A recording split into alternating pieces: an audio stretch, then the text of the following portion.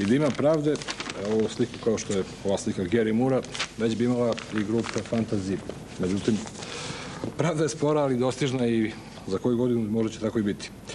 Grupu Fantasy čine Borko, Steva i Ceda, jedan instrumentalni trio koji svira munjevitu muziku, agresivnu muziku i nešto što u ovim našim krajima još uvek niko ne svira, bar na taj način.